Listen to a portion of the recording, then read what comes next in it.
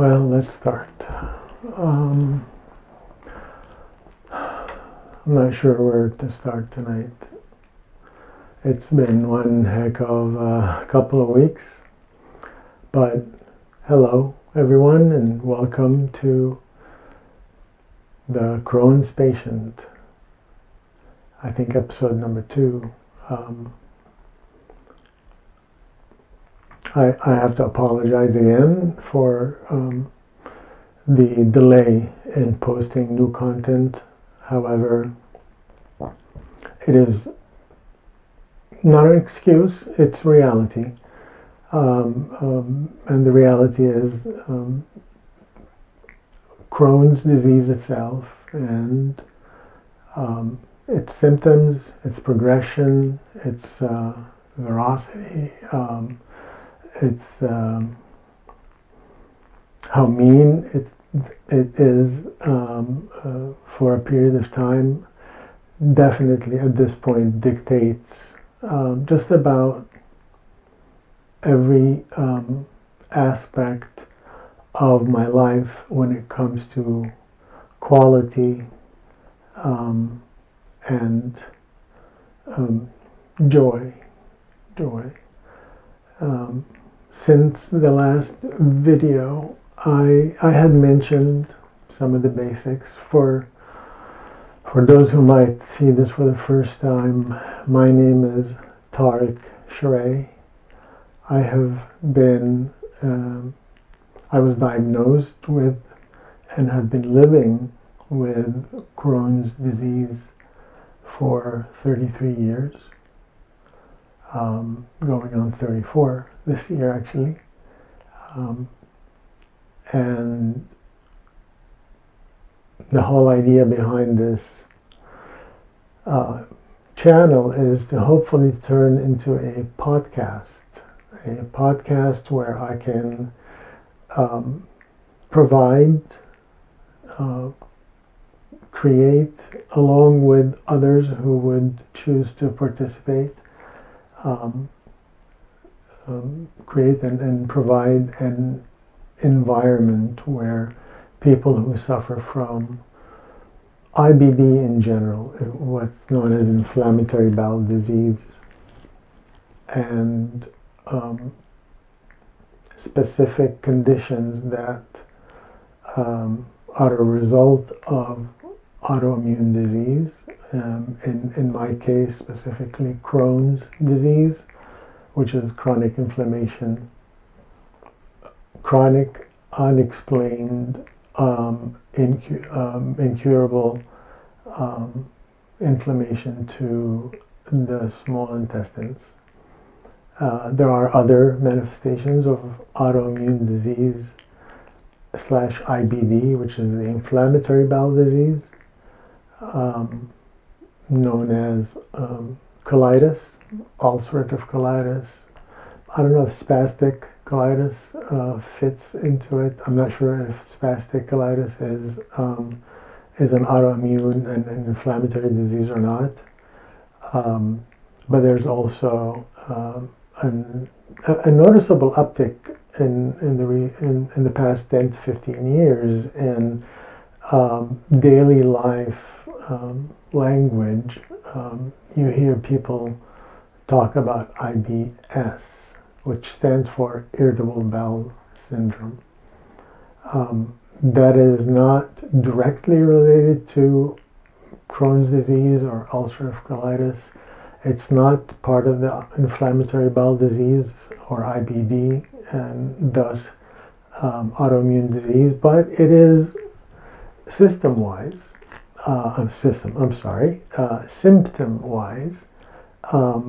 it creates, it presents these new difficulties and challenges to the people inflicted with such conditions.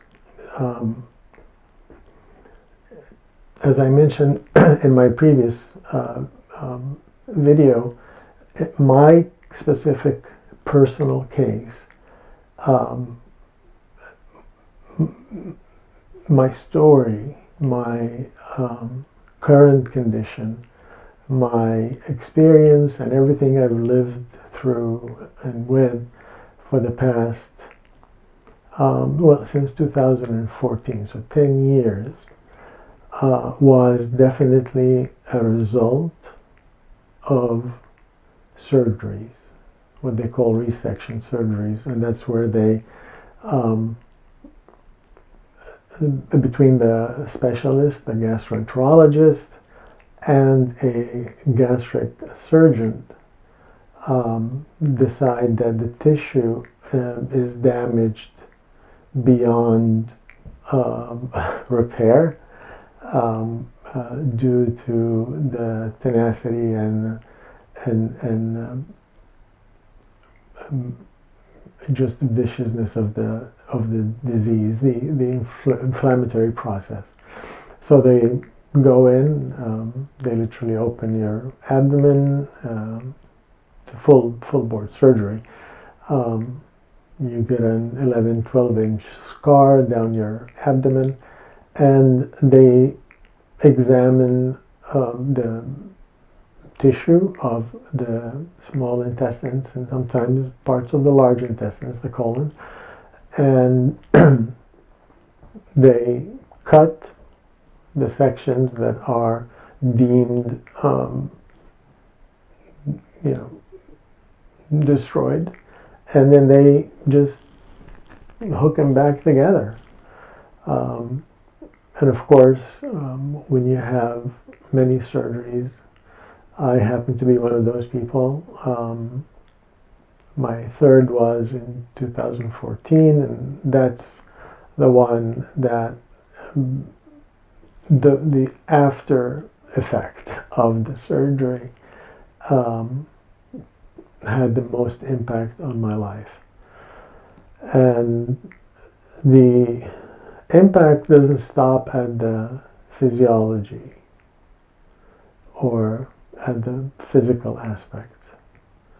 A big portion of this channel, this content, this podcast, hopefully will focus on my intention, on a significant part of my journey that I spent with mental health.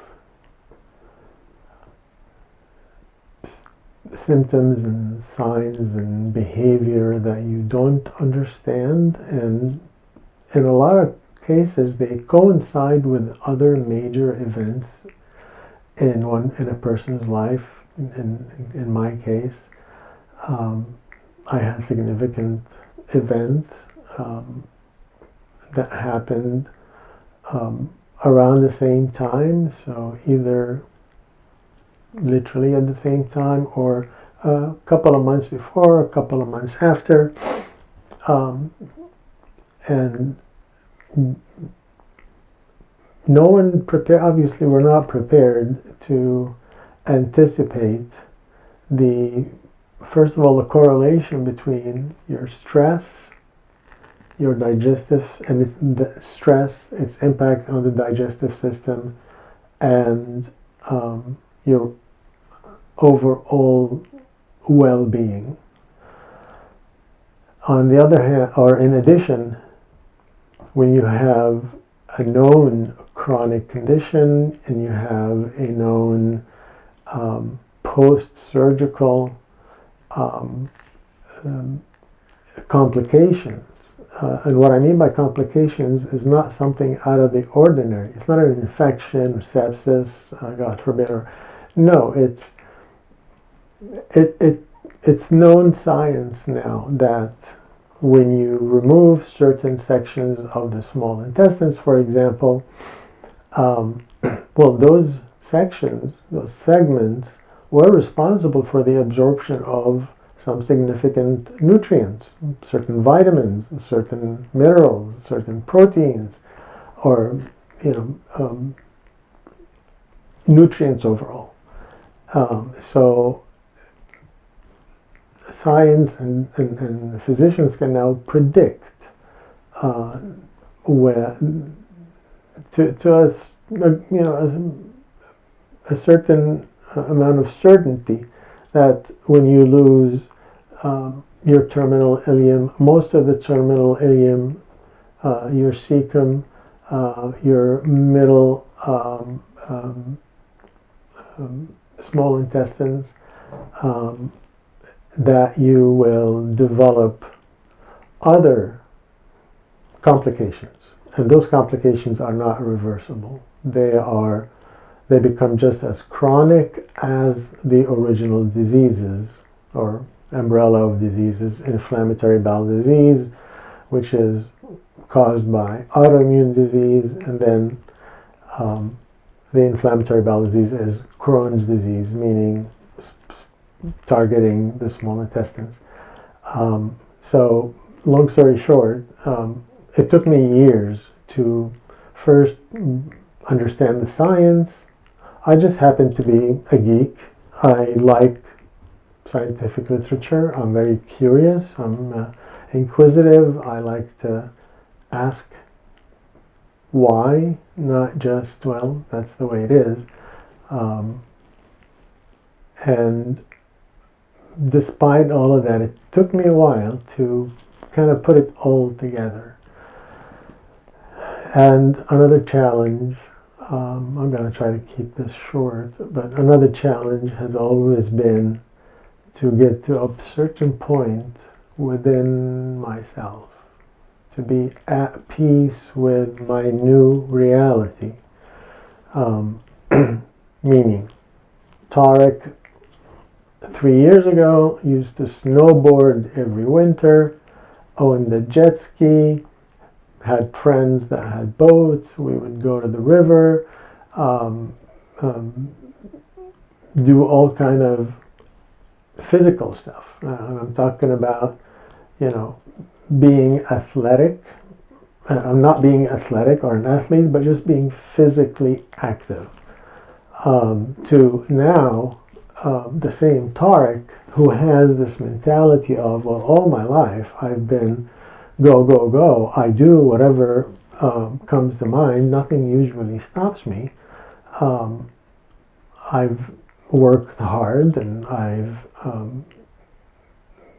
been successful at achieving my goals and my ambitions, and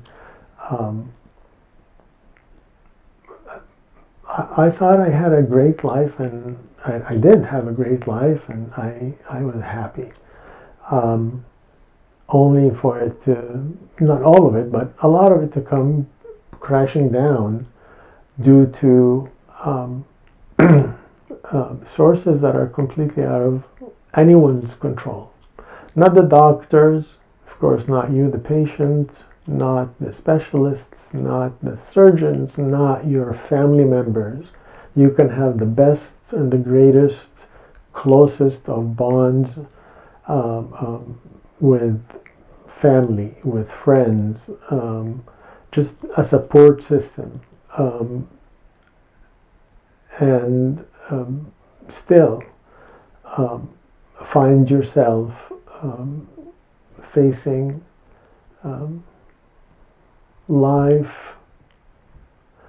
life-bending questions and situations and experiences. So it takes a long time to glue it or put it all together, kind of put that mosaic, that picture together of where I was, where I am now. Well, why me? What did I do to deserve this? And of course, all of these are, questions that once you reach for professional help from psychiatrists or therapists, psychologists, I prefer psychiatrists because they have an understanding of the biology as well, the physiology of the human body. But anyways, there's a lot to talk about, and I'm going to do my best to keep posting despite my condition. For those of you out there who might understand what the worst of Crohn's an IBD can feel like, you probably understand when I say, it took me about 3 weeks, almost, probably more, probably less, I don't know, 3 weeks, to literally get the breath, meaning the energy, to set up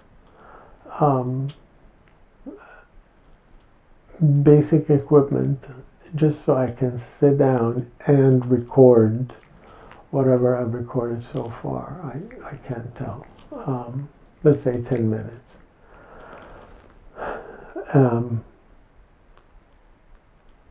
So I'm going to try to use this as motivation.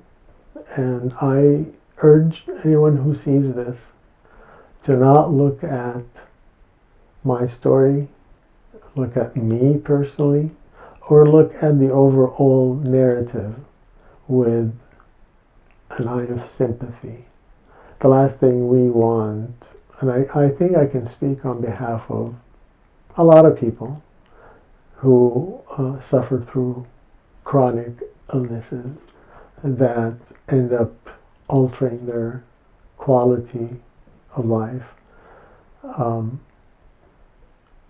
What I want most is, honestly, some people say empathy. Sure, I want to build or to be part of a community that understands and relates. That doesn't mean they all have to have Crohn's disease and the same severity of Crohn's disease and the same experience and the same conditions and same episodes and events. No.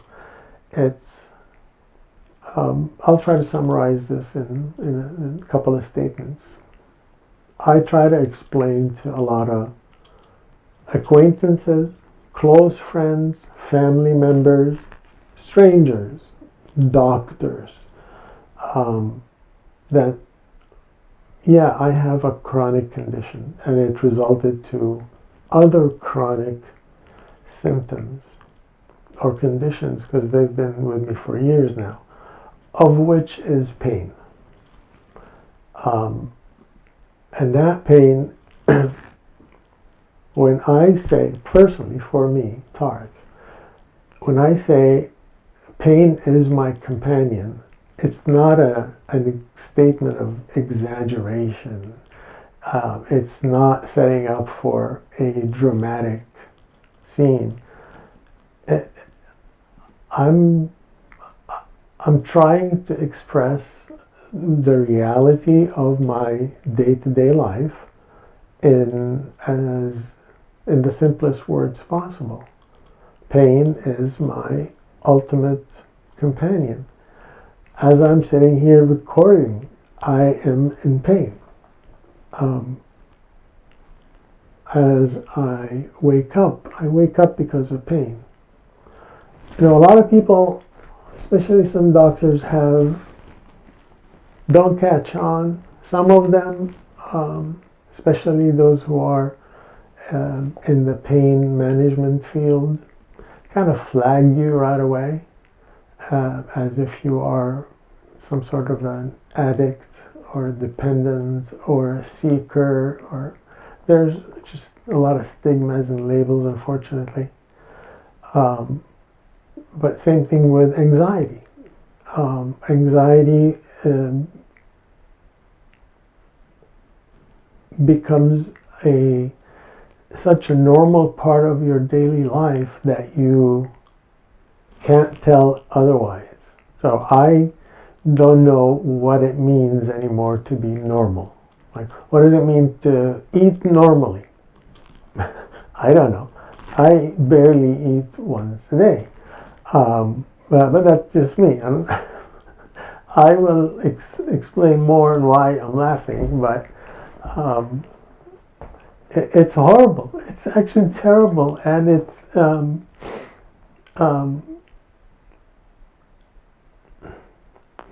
again, changes your perspective on, or your outlook on life, affects your relationships and behavior and interactions with people.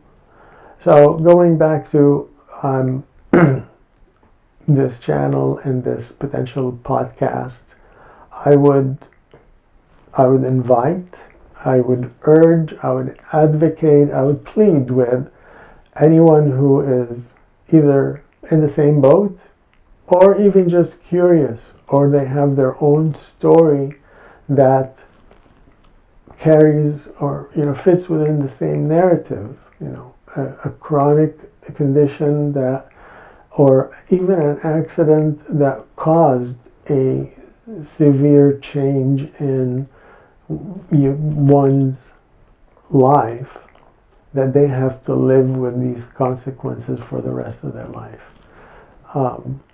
It would be my pleasure and literally my honor. I would be humbled if anyone would feel comfortable enough to join either in a live broadcast or in a pre-recorded broadcast or video, and we can exchange stories, and we can also discuss important things that can help others in